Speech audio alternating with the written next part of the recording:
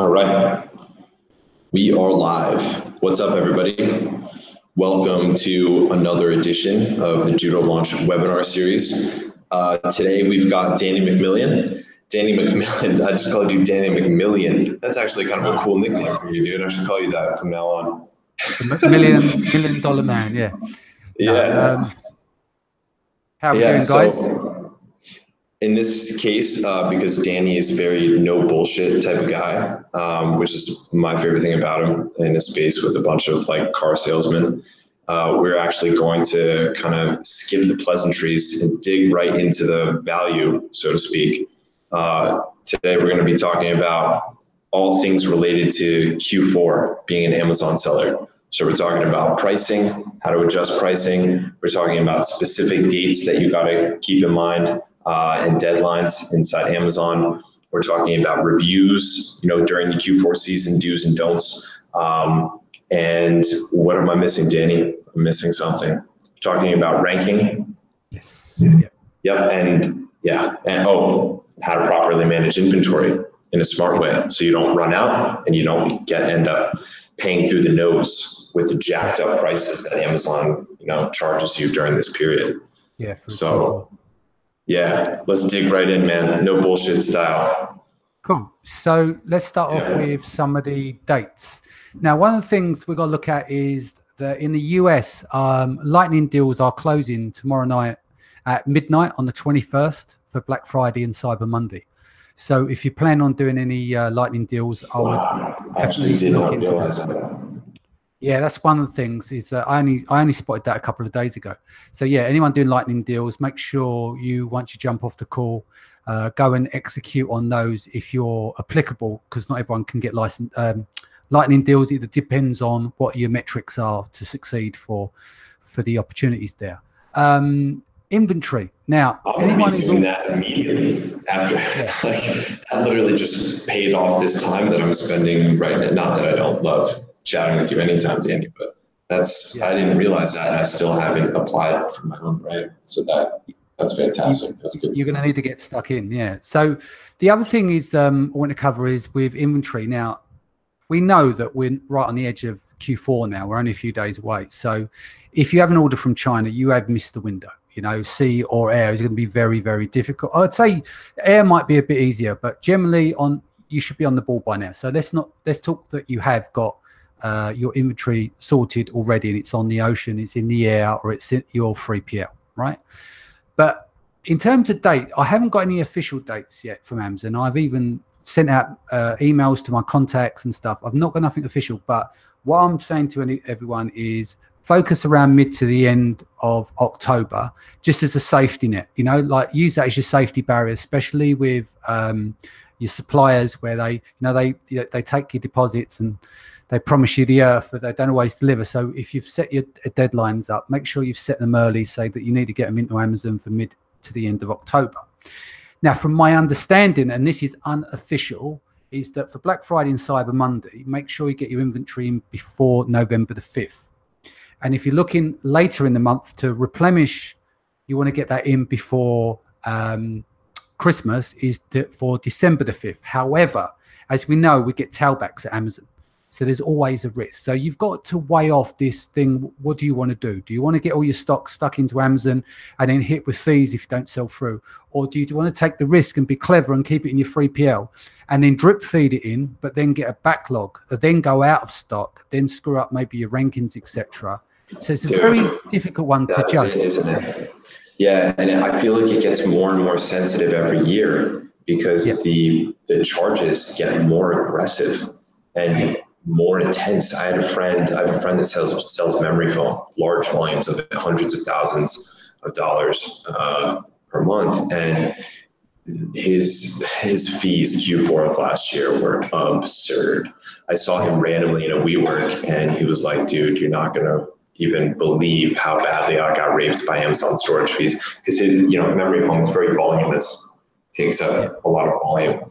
So he just got totally screwed on those Q4 storage fees.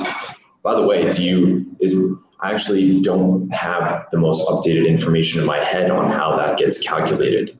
Has there been a recent change, do you know, in that? I think that do you know what? I haven't fully gone into it because I haven't been focusing on that. I've just been focusing on how do I optimize my delivery from my 3PL, which is in terms of I'm planning is loose carts and feeding in. So I'm going to do a chunk and then I'm going to weigh up my risks. So I'm going to wait because before I fully finish answer that question, let me give you some dates and then I can dot back to that point. So if we look at some of the key dates to put in the diaries, Thanksgiving on the 22nd of November, Black Friday the 23rd of November, then Cyber Monday is the 26th of November. I call it Christmas last post, which is the 21st of December. So after that, it falls off a cliff because people can't get their deliveries on Prime. And then it just dies a death going over Christmas Day and Boxing Day, etc. Right? So let's just take that back again. So if we're looking at our safety net, that when Q4 starts to take off, I found Q4 really starts in November, not really in October. And so what you want to avoid is that a month of fees, but equally you want to leave some lead time, because if everyone chases down the dates to go in the end of the month and it takes 2 weeks to really get your stock into Amazon, then there's always running that risk. So you've got to have a really decent plan. I would sit down and work the dates backwards and work out and build in the failure rate. You know, it's like, okay, so if I ship in this amount of stock here, I can cover myself for the whole period, or I can work out my calculations of what the ugly look of storage fees will look like. What is my risk factors there? Yeah. So that's where I would start to look at the calculations. And then when you think about it in terms of smart inventory management, are you trying to mostly sell out by the end of Q4, at which time you expect a restock to arrive? Is that your basic strategy? What my strategy to minimize the number of units that are charged during that time? So what I'm doing, right? So I'm working on, if I've got data, I work off last year's data.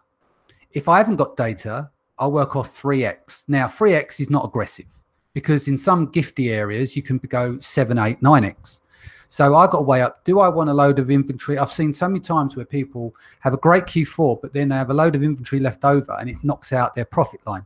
In some cases, it's better to run out towards the tail end than it is to be stuck with the inventory. And then maybe you have to pull it out of Amazon because you've got too much because you won't sell through in January, depending on the product that you got. There's so many different variables.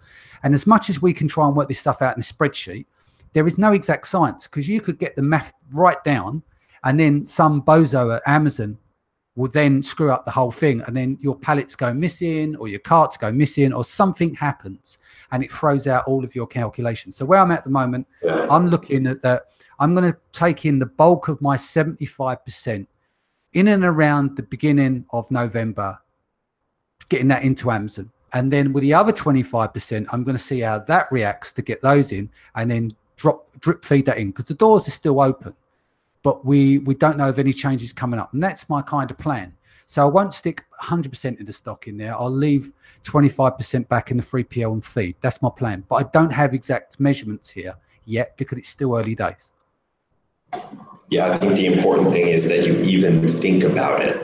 That's the thing. Like, I think a majority of sellers don't even think nearly as deeply as you are right now, like laying it out. That's what happened to me. I didn't even learn the lesson after my first Q4. Like, it keeps happening to me over and over again because I don't think about it. And like you said, it's not an exact science, but still there's plenty that you can plan. And it comes down to just reducing risk and maximizing opportunity. And like you need to model out a couple different scenarios, like you said, using the data that you have available to you. If you have last Q4's data, like you said, you can use that. I like your 3x rule. That's like a kind of a nice rule of thumb. But because with a 3x, the chances are you might sell out, but you can always put the price up. If your velocity is good and people are buying it, just keep jacking up the price. Obviously slowly because Amazon will, pick that up. And in some cases, you'll lose the buy box. But there are some of the things where you can mitigate some of your risk. Or the flip side of it, if you look at it another way, is that let's say you have got an overflow of stock. Well, that stock can be used in the new year because what a lot of people forget about Q4 is they forget to put their orders in for January, where you've got the Chinese New Year. So everyone's drinking champagne, and because they've smashed it in Q4, then they realize, oh shit, I've left it a little bit late now. And obviously, a lot of factories will take your deposits and say we'll get it done, but it doesn't mean they will. So then you have a problem maybe in the second quarter of next year. So there are some upsides to having overflow of stock, but you don't want them left in Amazon gaining storage fees. By the way, I don't want to make this into too big of an aside, but I'm just curious. I like to gather data as much as possible. What percentage down payment do you pay your suppliers? It depends on the supplier, because because there's China and then there's the UK as well, because I manufacture at home. Most of my China stuff is based on the 30% deposit. That's what I 30%? 30% upfront. Okay. Yeah, and then I pay the balance either on bill of lading, or that I get grace where I can get terms until it's arrived in the UK or the US. Oh, that's very nice. But not all the time. That's not for every supplier, you know. So. Oh yeah. For us, we do 25% deposit, and then we pay freight on board. Yeah, so that's what we started with, the 50% deposit. And then once I learned my hard-learned lessons about cash flow in a physical products business like this, I realized how big of a deal it is, how big your deposit is. You know, I never even thought about it. I was like, deposit, whatever, you're going to pay the same amount anyway.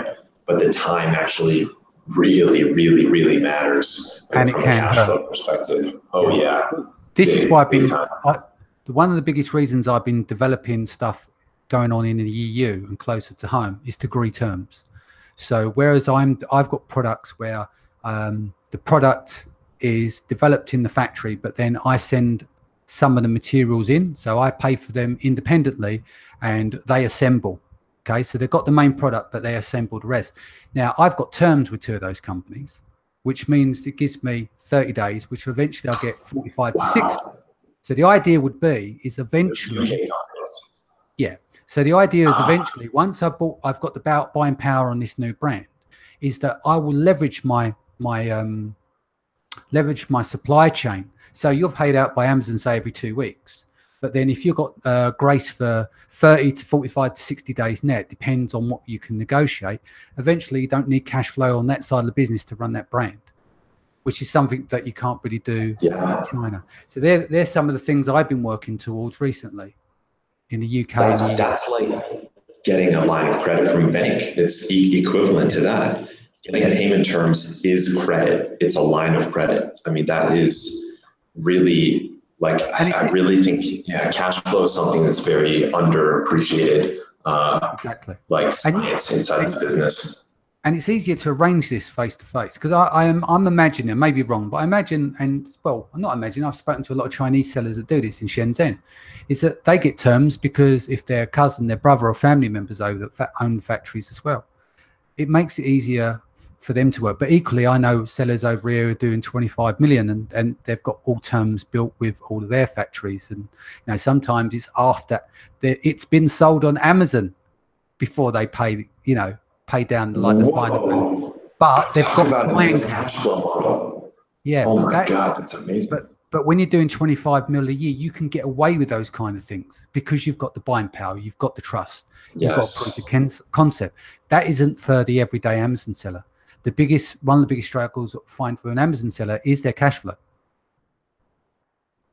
Yeah, I'm always searching for companies or strategies to help sellers with cash flow, because I think it's one of the biggest problems that some sellers don't even consciously recognize. It is what their problem is. Like they're thinking, oh, growth is my problem. Well, the reason you're not growing is because you have no cash to spend on it. You know, so whether it's getting credit from a bank or payment terms or a third party to finance your purchase orders, whatever it is, I really think that's a hole. I would like to see someone start a company in that space. And that would be of interest to me. Anyways, I took us off the rails there, but so we hit on the inventory stuff. When it comes to pricing, you touched on that briefly, but saying that you can jack up your price if you see that your inventory is going to sell out before the end of Q4. Yeah, the demand's there. Yeah, the demand's there. So what is your general strategy around pricing in Q4? Well, it's pricing all year round, not just Q4. Okay, so when I look at pricing now, and I think Jeff Bezos said this recently about selling products and creating that value in the marketplace. You know, you've got this area where you would go and find a product that you really like, and you fall in love with it. You spend so much time on it, and it costs you so much money that you turn it into a premium product. You just made it out of nothing. You go, right, I'll stick an ebook with that. Now it's a premium product. Well, we know that the marketplace votes with their wallets. And one of the things I've found is that if you can find a product and price it at the average price of page one of what your keywords are, but offer more value, right? Do you have a lot more chance of success rather than trying to jack the price up? Let me give an example.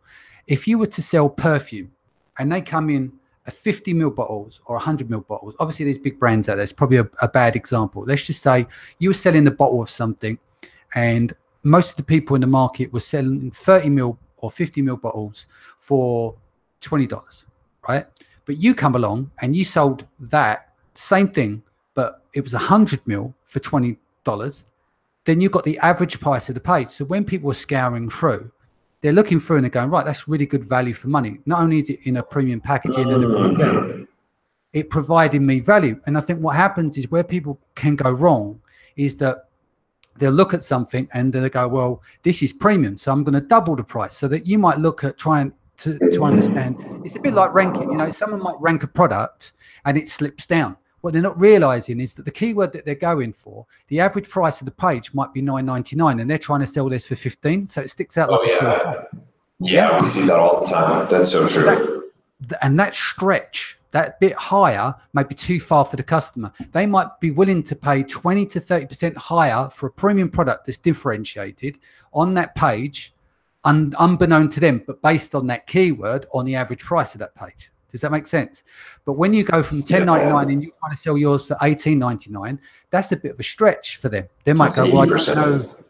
Yeah, I don't know who your brand is. Do I really want to pay more? I'll pay a bit more, but that's out of my realms. And unfortunately, and that's where products can fall by the wayside. So I'm a big fan of actually really, yeah, that's an interesting take on it, because I think the mantra that I keep hearing over and over again is price your product higher than average and do everything in your power to rationalize that price through everything. Yeah. And that is a great strategy.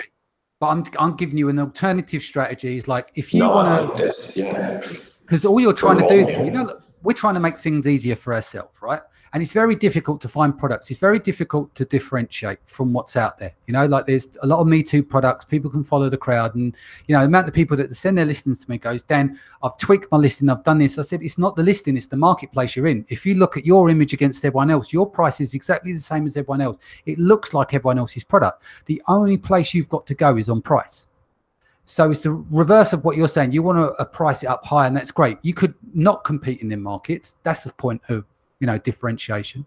But it's trying to get that blend right, where can you actually source something that creates more value without charging for the value extra? Yeah, because we understand that volume. That's a great example, because that really is marginally different. If you're producing, you know, a volume of a liquid product, it's like how much is it really going to cost? And the way that you do that is you do what's called a bill of materials. So you want to try and build a relationship with a factory and break down every component. Like we had a product that had an inner pillar. So we tried to work out, how do we reduce the cost on this product? It's costing us like $5.50 per unit. It's a lovely, beautiful product. It was high premium, but we still wanted to sell it at $15.99 in the UK, right, which we do now. But what we was working out was $5.50. And when I asked them, I said, look, I want to be straight with you. Let's do a bill of materials. When we broke it down, this product had an inner pillar cover. It was an inner cover, right? And that cover was costing $1. And it's like, it didn't add any value. No one see it. It wasn't of any value whatsoever. Does that make sense? So we could take that away. Well, we didn't realize that, because all what happened is we got feature creep. So we developed this product where we added more to it, made it really good and everything else. But all we done was adding costs. And there was things like little labels that go on there, that the labor time in order to do them labels which was jacking up the cost. So if you can do bill of material, you can actually go, well, that's value, that's not value. Because at the end of the day, you want to get something over in the right frame of mind to the customer. But when you actually break down all the individual costs and the components to go together, because time is money. So your delay time of how long it takes to manufacture that product, you might be able to shave 10 days off something because something silly like some stitching and some random label that's got to go on there that doesn't need to go on there, and it could go on as a swing tag, can make a massive, massive difference. And that's how you start to break stuff apart to find, well, okay, let's see if we can increase the value without increasing the cost. That's actually a really solid nugget right there, is to get a breakdown of price of the product and see where the, like, you know, for instance, for us, we have a number of products with zippers, and the whole zipper world there's like an entire ecosystem to zippers. It's thousands. Yeah. It's fascinating. Yeah. But so, yeah, and there are some brands that make zippers that are very well known. And then there's other kind of knockoffs, and the price variance can be really wide. And yeah, I remember realizing that when I walked through this with my supplier while I was in Shenzhen with my primary supplier, and just talking it through with them. We never actually got what you said, the bill of materials breakdown. That's actually interesting. There's no harm in asking for it, and I've never seen that before. Like, you won't, so I'm surprised that I've never done it. Yeah, you won't always get it. It's normally helpful if you're working with, like, it's a kind of a supplier sourcing agent. It depends on their structure, their business, and what power you have. If you've been over to see them and you've met them face to face, that becomes a lot easier to do. Because in the day, factories need to make their money. And the way I said it is, look, you've got to make a profit. There's no point in us working together if you don't make money. And I know you're not on super great margins. I'm not here to look how much you're earning off it. I don't care. As long as I get my value. What I care about is that we need to reduce the cost on this product to make it more profitable. And one of the other things that we did as well is that because the material is flexible, we're able to change we were able to put it into a bag and reduce the size of it because it naturally expanded back to how it should look anyway. So we reduced the CBM by 50%. So again, we made savings there.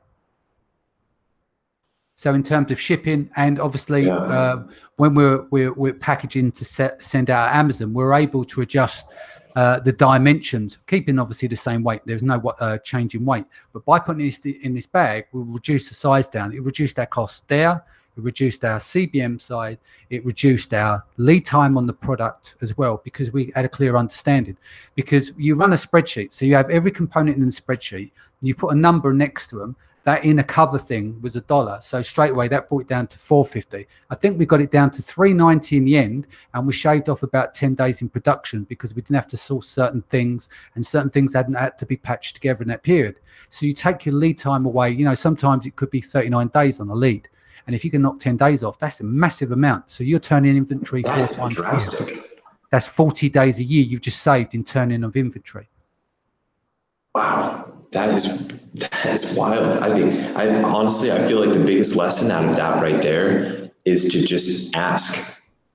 Like, there's asking for that bill of materials, asking for, well, whether it be asking for the change of terms, like I did to get it from 50% down payment to 25%. There's like no reason not to ask those questions. Because they might not even be thinking about it. Maybe they think, oh, like, it's obvious that a premium zipper is core to this product. Maybe that's actually not the case. Maybe nobody gives a fuck about the zipper or ever even uses it. And and you find out that that's, like you did, that inner cover was about 20% of the entire product's cost. You wouldn't have known that unless you asked. Yeah, and it brought no value whatsoever. It didn't make it any more comfortable. No one got to see it unless they washed the item. So it becomes irrelevant to the process. You've got to lean things out, but not lose the quality. But the best time to ask those questions is over a beer in China with your supplier. So, or if you've gone to the Canton Fair, you've already met them, you've gone out for meals, or you're going back for a revisit. They're the best times to get those kind of terms, because they're not going to give some person on the internet those terms necessarily, unless you've got a really strong relationship somehow. But I always find is face to face is where you ask the pertinent questions. Yeah, and I actually really love your attitude around it when you say like, yeah, I know you need to make profit too. We're both running businesses here. It kind of puts you on the same side of the table. You're like, listen, I'm not trying to screw you over. I understand you need to make profit. Let's work together to actually think, use our problem solving minds and engineer a way to, decrease the cost of this product together, rather than me just haranguing you or abusing you until you like succumb to my demands. The common thing is to go and get another quote and then drive that person down on price. Yeah. We all know that when you go to China, everyone will say yes, and they can build you anything you want, right? But it don't mean you're going to get the quality for the same price. So we can take that out, but it gets reduced. And so I'm a big fan of building a relationship with the factory, rather than have them kind of relationships where I've seen people, they do the bait and switch. It's a common tactic where you go and place your first order and then you pull right back at the end and go, I need to have another little bit of money taken off. For me, that's bait and switching. I remember things like that. That's not a relationship I want to have. I'm a big believer is that when you do business with people, you do business, generally people do business with people they like and that they can trust. If you do that kind of bait and switch move, you would never get what I got in terms of the bill of materials further down the road. Does that make sense? So what you're doing is you're always building on that relationship, because at some point they're going to bail you out. I've had problems where I've had to pull stock off the shelf, and my suppliers offset the debt of something, took responsibility and took it off the deposit of another product. Most people won't get that in a million years, because there's normally that them and us attitude, and we're often trained to get the best deal possible, and that's fine. If that's your tactic, go for it. I'm saying go for another tactic, like share with them. Just say, look, I want to build a relationship. I don't care how much you earn, as long as I can sell this product and make it profitable. Because we got to the stage with this product, we had to improve the quality. We couldn't increase the cost to make it work.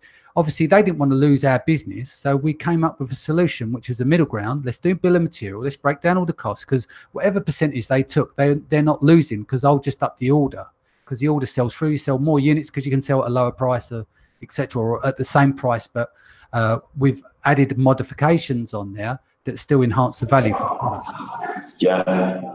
I think that attitude is actually so rare, but you're so right. If you don't have that relationship-based attitude, you're basically like one of those traveling salesmen from the early 1900s or late 1800s that would just go from town to town selling like some cure-all and just duping everybody. But then once everybody finds out they're a fraud, they have to move on to the next town. It's the same thing. If you don't have relationships and you're just screwing people over, trying to get the best deal possible, not caring about your counterpart, you'll never go deep enough to really do anything interesting.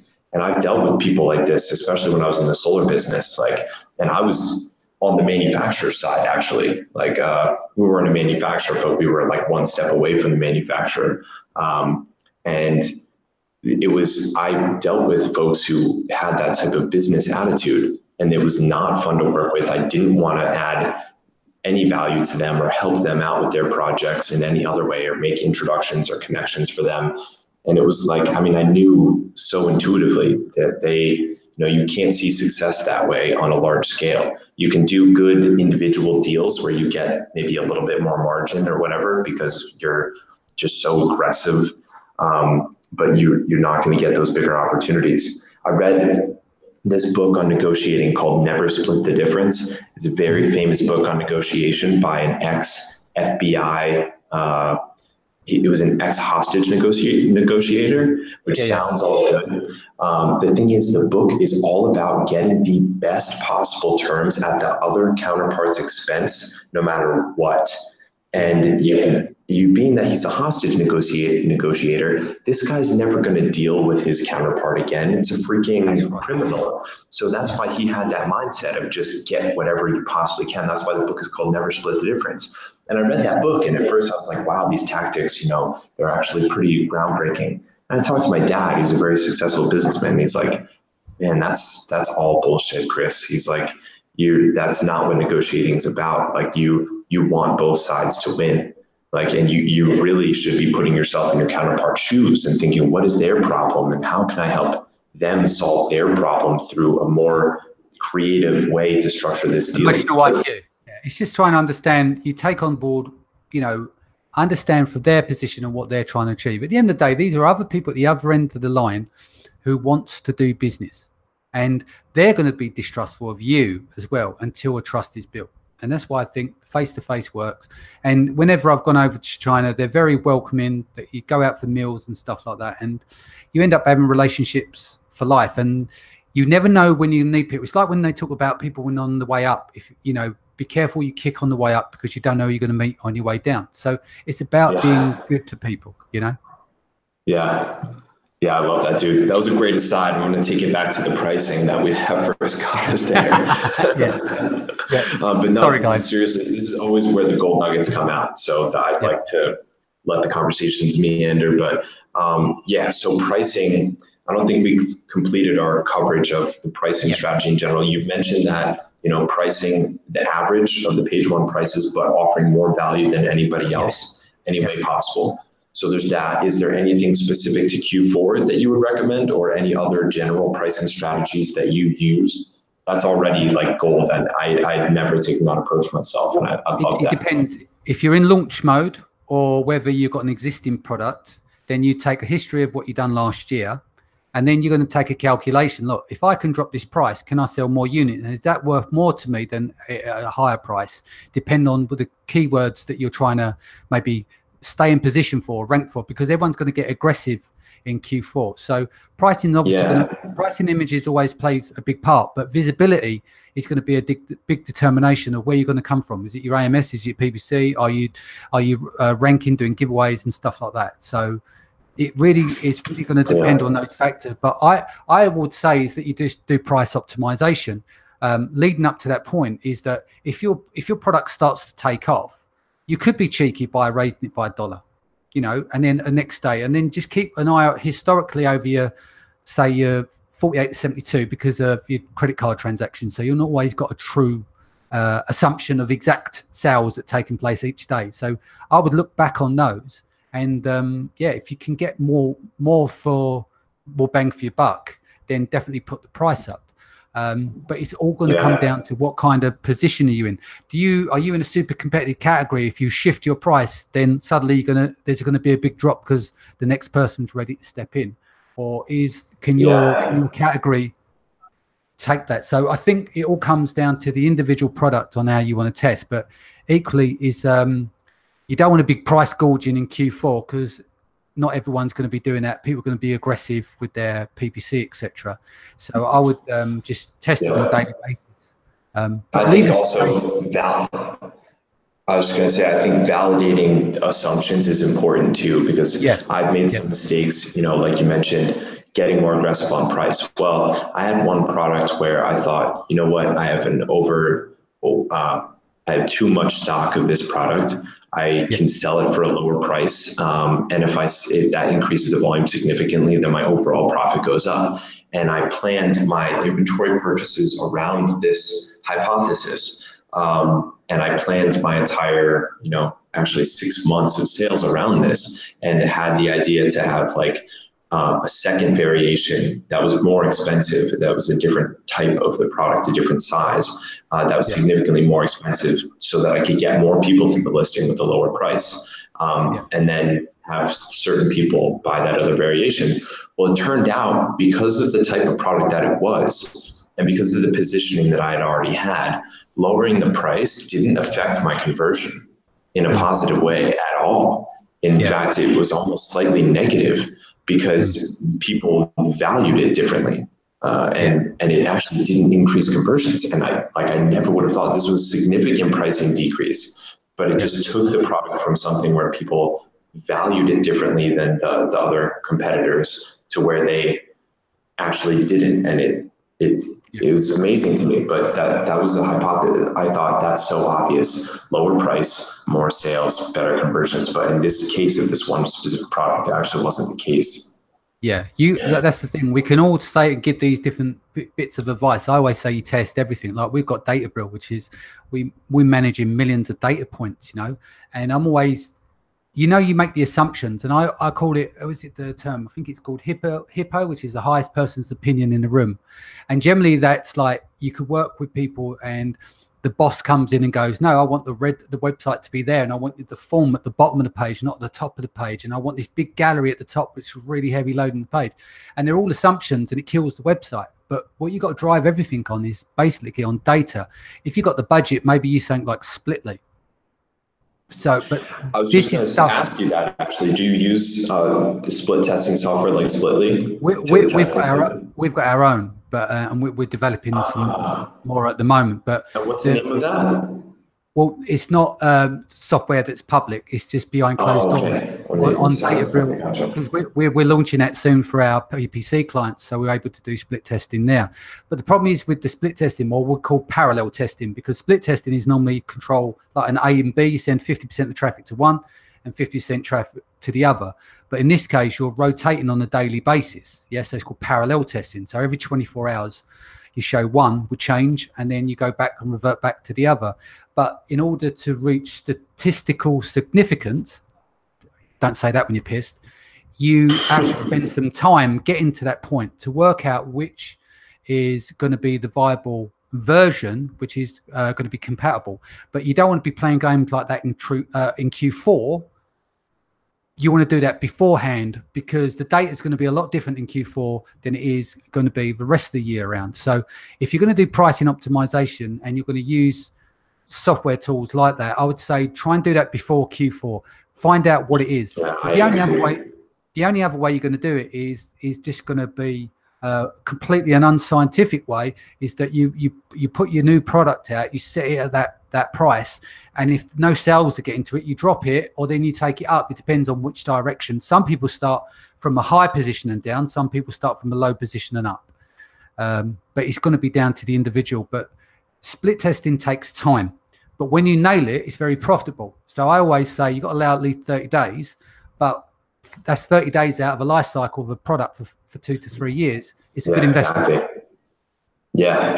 And so you say 30 days, but I'm sure it does depend on the volume of the product sales, whether it's in a high competitive. Well, you need the volume to the traffic. Like let's just say there's no search volume on that product. It's going to take years to get there. So it's going to, the more high volume that's traffic that goes to your listing, the quicker you're going to reach the result, the desired results. Right on.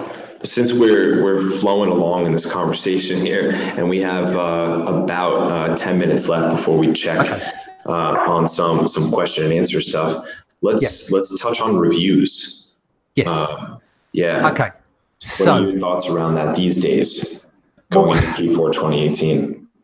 Reviews. This is the very, very difficult one, because we've got our standards, right? I'm going to be a bit controversial here, because a lot of the software companies where we're using for email sequences, right? The open rates are incorrect, okay? And that's because we don't always have all the data to hand. So you've got the local blacklist and you've got the global blacklist, but them calculations are not always included. What's the difference? I'm not familiar with the difference. I'm not going to name any companies, but I spoke with some of them. So let's just say you send 100 mails out and your open rate is 20%. But what about the ones that weren't delivered? Your open rate wasn't 20% because not necessarily 100 of them were delivered, if that makes sense. And so some of the calculations were in place for a global blacklist, so they would never have been sent out the system before.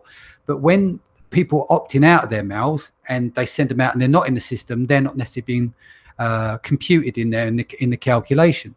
So the problem you got there is that as far as I'm aware, and Amazon's API doesn't offer this, you don't have proper open rates anyway. So you're actually flying in the dark. And if you're using the software that doesn't have any open rates whatsoever, you're completely flying in the dark, right? So in some cases, it's probably best to just use, as long as the deliverability is there on average against the other systems, just using one of the cheap ones just to get your mailers out. So we know that mailers is the last bastion that we can use that's within terms of service, as long as the copy in the messaging is correct. And you're not saying, please give me a 5-star review. Yeah, because you can't say that. But one of the tricks I found is quite useful is I ask a single question. So you're just doing a plain text mail, and then you're just asking them one pertinent question about the product to spike their curiosity. and then you turn them into a pen pal through the conversation, like, because you go back and forth. Do you tell them to reply to the email to answer it? You're asking them, what you're doing is you're putting dear first name, yeah, like you insert with a short code, and then you ask them the question about your spatula. And they might go, oh yeah, I've got the spatula and I've got this. And you go, oh, that's brilliant. And then you start having this pen pal relationship with them. So you go back and forth and you've sparked this conversation. And at that point is where you start to ask for the review. So there's another way. Okay. That's kicking.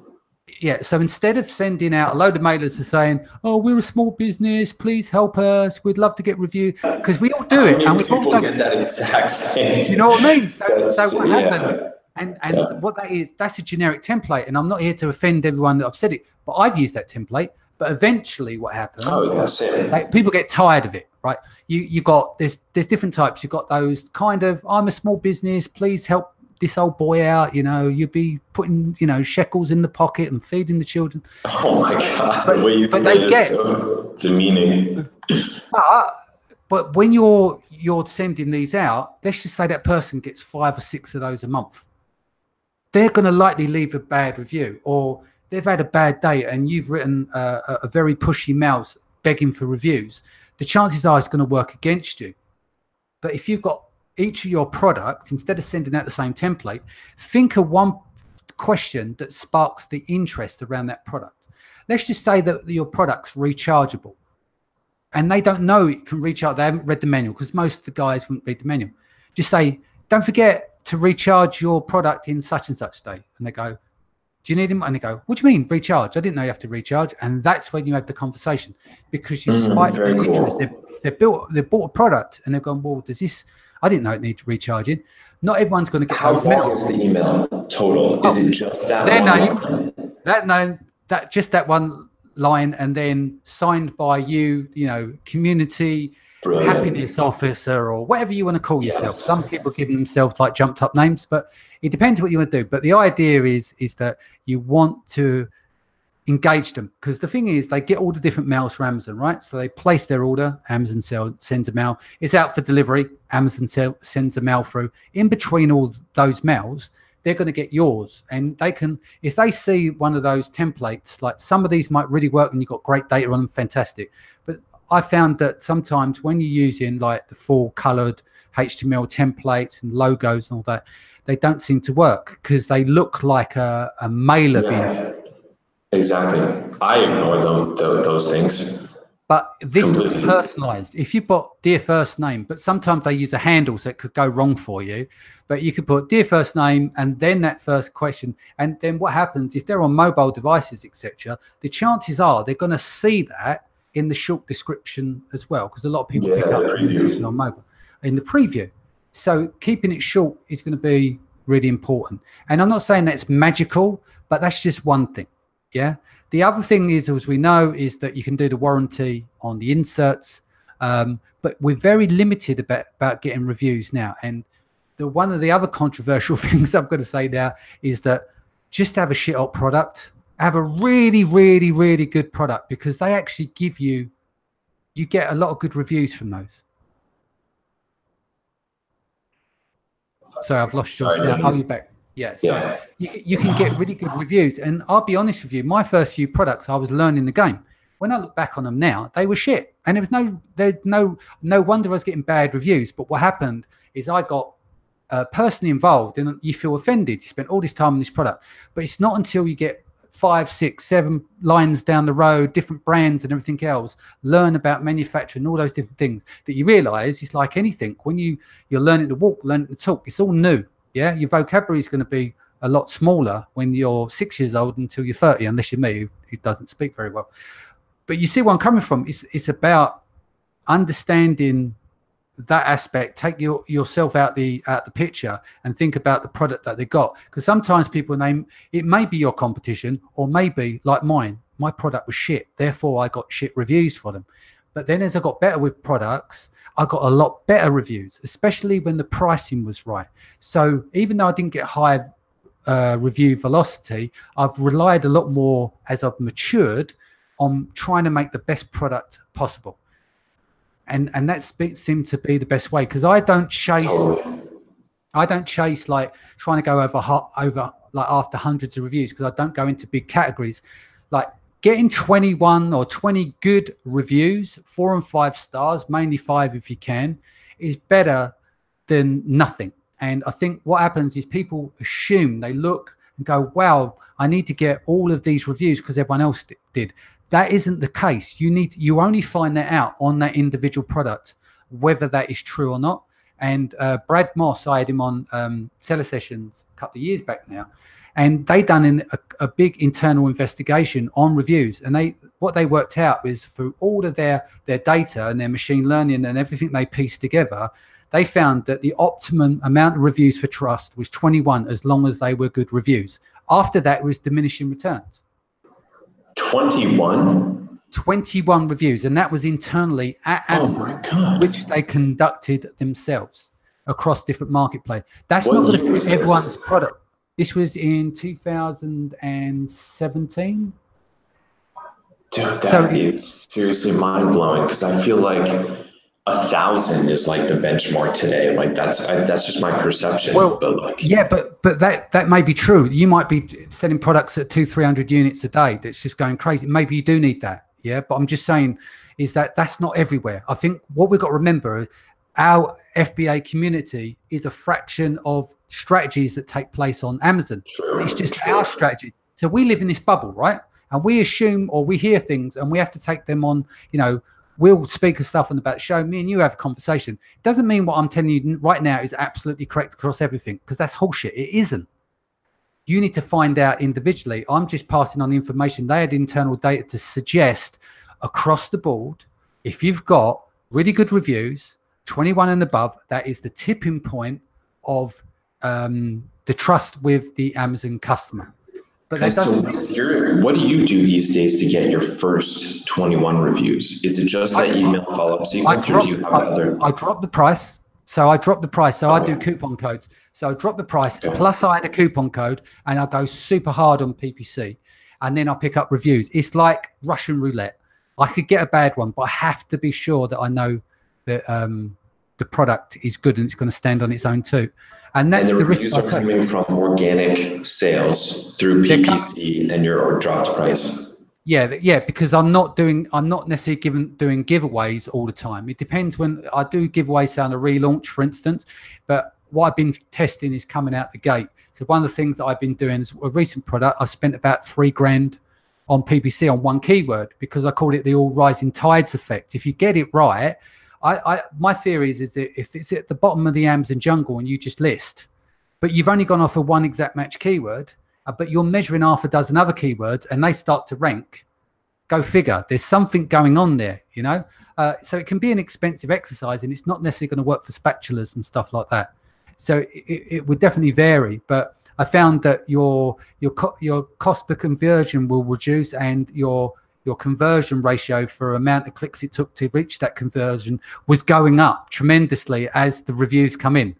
Once you get your first one, so I might convert it every 10 clicks, and then I'll get one review, and then it's every 7 clicks, and then I got 3 or 4 review, and it's every 5 clicks, and I got to the point with at the low price point, I was converting every 3 clicks, but I was dominating with PPC, overspending with 200% or so ACOS, but with a low price and a coupon code with like a dollar amount style off. But this was in the UK, so it was sterling. Wow. Okay. So this sounds actually like a kind of, this isn't just a strategy for reviews. This is like your entire launch strategy for everything, for reviews, visibility. So it's one of the ones I've been experimenting with recently. I've revisited this after 3 years, because I'm a big advocate of doing giveaways and stuff like that, but you have to test all these different things. So it's like every so often you've got to go, right, I've been doing that for a long time, I know this works, I can fall back on this, but why don't I try this, and why don't I try that? And that's how you find out how things work, is by experimenting. But when you're putting 10 or 15 grand into a product, it's a bit dangerous to play those games, but you can always revert back to page one. So I go, well, if that don't work, I'll just do a shitload of giveaways,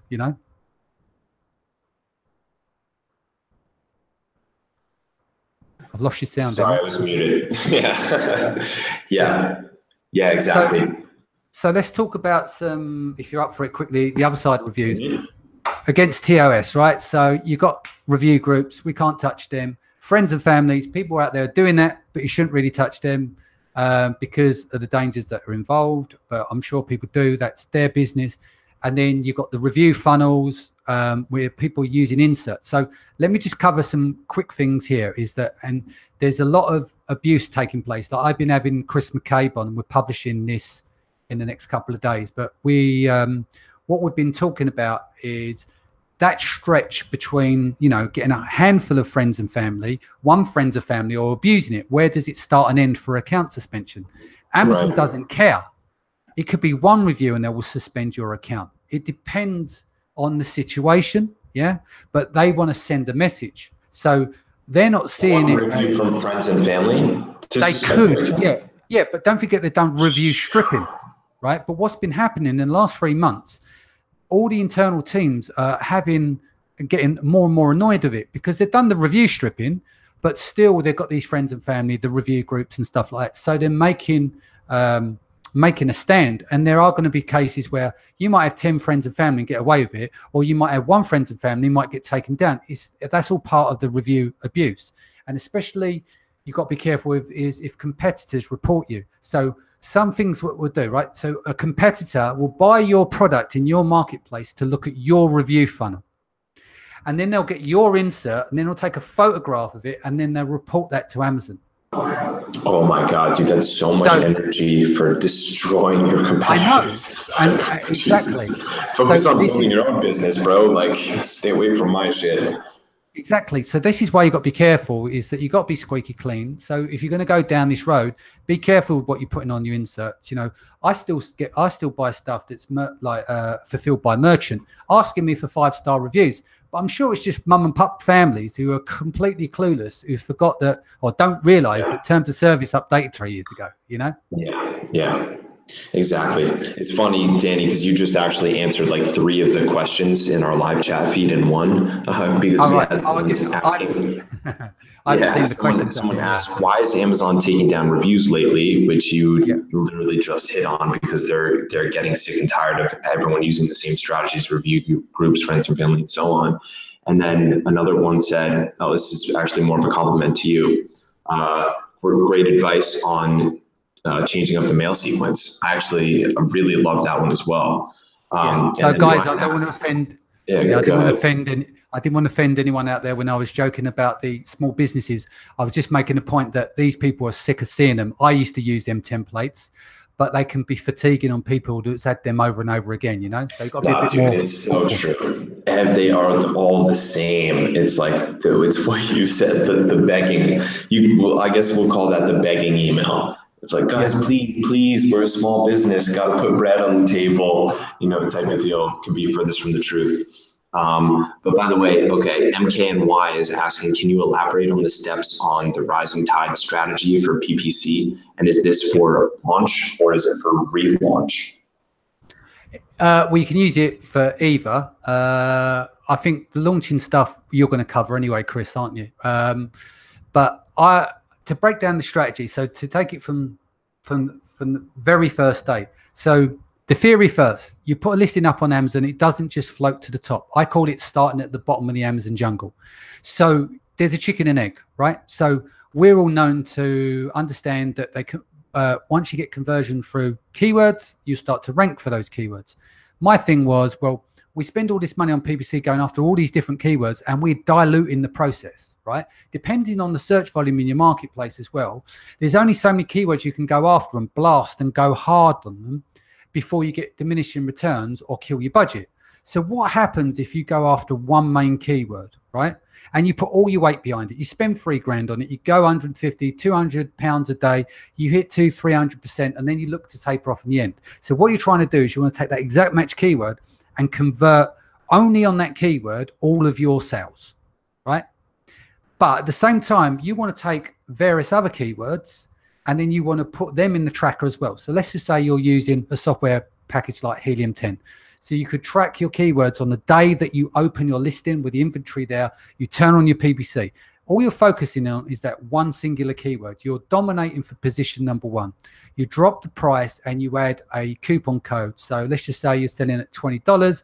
You might say sell it for $15 with $5 off. So it's really, really low, and you're going to lose money every unit, and you're going to lose money every time someone clicks on it. But ultimately, you're looking to go 5 sales a day, 10 sales a day, 15 sales a day, 20 sales a day. Then you slowly bring the price and stuff up. But while this is going on, you're tracking everything. And then what you're looking at, you're going, hold on a minute, this main keyword here, these other 5 keywords have gone from position 300 and whatever it may be to 62. And now it's moved to 47 and 48. And it's like, well, I've done nothing other than work on this individual keyword. That's all I did. I didn't go after anything. I've not run anything at all. We've gone after this one single exact match keyword.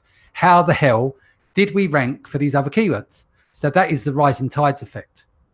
But the only way of finding that out is to start a listing from scratch and do nothing other than that one keyword to find out if it works. But if you're trying to do spatulas and stuff, don't bother, because if you've got to do 200 units a day, you've got to think about how many clicks you've got to get, and then how many of those have got to convert before you can start hitting that level of units. So only focus on doing stuff like that. Anything that sells between 10 and 30 units a day, and it's got high enough search volume on that main keyword in the marketplace, and you've got a tight price on it so that your cost per conversion over a ratio of clicks, the headroom's there to be done on a daily basis. Right on. Yeah, that was actually very detailed. Thank you for that. And since you prompted it, by the way, we're actually getting a ton of questions all of a sudden. They're all flowing in. But I'll mention, since we only have 4 minutes left, that for those aggressive sellers that want to do an aggressive launch, Judolaunch provides a launch that allows you to just go hard from day one. And in my experience, the way Amazon's algorithm works is that it looks at a trailing average of your sales. And to launch a new product extremely aggressively from day one, we've done over 1,000 launches, and it works extremely well, especially starting from day one, to just start with insane traction. Yeah, and that's the thing. That's been the most proven method of all, is to do launches what you're doing. It's only recently I'm testing this method because I'm into testing different methods to see what works. But as I said, like, if you the scientist of our world, dude, you really are. Like, you're so data driven and so no bullshit that that's why I love having these sessions with you. And when I was on that seller sessions with you, I felt the same. You really dig into the brass tacks, like the bottom fundamental level. That's well, awesome. I value people like you. I value people's time. So if they've given up their time to spend an hour here, at least we can do is give them some good information, or what we perceive to be good information. Yeah, which, speaking of, let's hit on one other question. Oh, I do have to say also, for any listeners who are interested in doing a launch, if they email iram@judolaunch.com, the subject line Q4 2+1, we can get you 3 launch credits for the price of two launches. For anybody that's on this webinar right now, we decided to internally to offer that special offer. By the way, Danny, I'm going to ask you this question, and then while you answer, I'm going to run out for 30 seconds because I moved from the yoga room, and that's where my charger is, and my computer is telling me you're about to die. So let me ask this question while you answer it. I'm actually going to run out for a second. So first of all, Nicola says, can you write these tips somewhere? I need this info, but I can't catch everything. This shows how much dense value you're producing, dude. Yes, the answer is yes, Nicola. You can get this a handout that covers everything that we covered in this webinar just by responding to the email that was sent to you, inviting you to the webinar. Or you can just email me directly if you want, chris@judolaunch.com, and I'll send it to you. It takes about 2 days to get the handout written up because we're going to go over the webinar and make sure everything gets recorded in a well-done handout. So you'll have that. And then Natalia's saying, I think that the email sequence is not working for my product because most of the buyers use opt-in. And I think that is a trend, in all honesty. Yeah, so that's where, you remember I said about the conversion rates in terms, the open rates, with everyone opting out and they're on the local blacklist rather than the global blacklist. A lot of the stuff being sent out, they're not making it out the system into their inbox anyway. So your numbers are incorrect anyway. So. Yeah. All right. We got another one here saying, my product has 5 reviews in total. It's 2 months old. How do I even stand a chance? How do I get to that number 21 without losing all my money? And here's where I'm going to go run and get my charger. So take at least 30 seconds. Okay. So to answer that question is difficult because I understand that people are working off a budget, and everyone has different budgets. So I can't give you an answer that's within terms of service in that sense, but you just have to grind to get those reviews, and it's always going to be the percentage of your sales. There's a bit of a chicken and egg thing. So either you're doing giveaways or you're spending money on PPC, which is not always going to be profitable at the very beginning, but you tend to need to leave money for a launch. I always find that I always underestimate how much I need, and that's one of the biggest things outside of cash flow is trying to work out how long you run the process on the budget that you have and how difficult it can be. So the one thing that you may be able to do, and which is going to take a lot of elbow grease if you're up to doing that, is maybe reach out to some influencers, because not every one of them is going to charge you, right? So forget all like the influencer clubs that you can go to, and some of them have got jacked up numbers. A little trick for you to look for influencers on YouTube: go and open an AdWords account. When you go and set up like a video, like distribute to have an ad around videos on YouTube, there's a search in the setup there. So when you go and create the ad, you can go and search by video, or you can search by channel.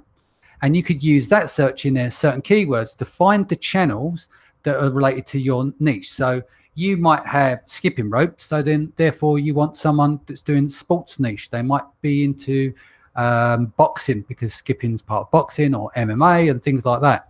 And you can then look at their channels and reach out to them to do like giveaways for them. In some cases, they're going to want to charge you, but you can look for like what we call micro influencers. By doing that, you pick 3-4 of those that make up the composite whole. So instead of going after the big flashy channel that you know they're going to charge a lot of money, you can reach out to these people for doing unboxing. They can always say no to you. So that's probably the cheapest way to do it. The problem with influencers... Do you use any kind of platform like FameBit, or are you literally manually going through YouTube? In all honesty, because I discovered that through running YouTube out, right? I don't use influencers because I don't have time, right? And I'll explain the difference. I explain the difference between the two.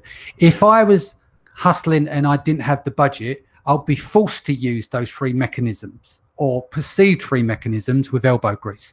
Because I've been brought up on PPC for the last 10 years, it's cyclic, right?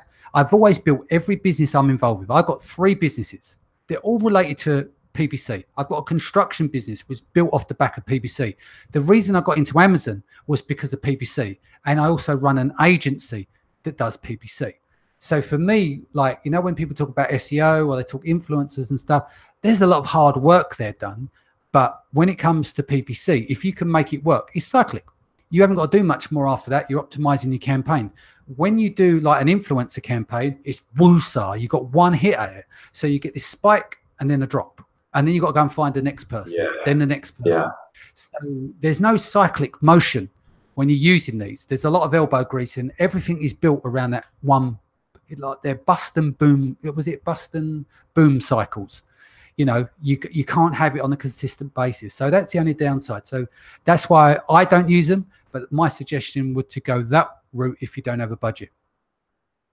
Right on. Well, speaking of being respectful of people's time, Danny, I'm going to be respectful of yours because we're already 3 minutes over here. By the way, you got a shout out. Someone mentioned your seller sessions. Oh, but then they removed their comment.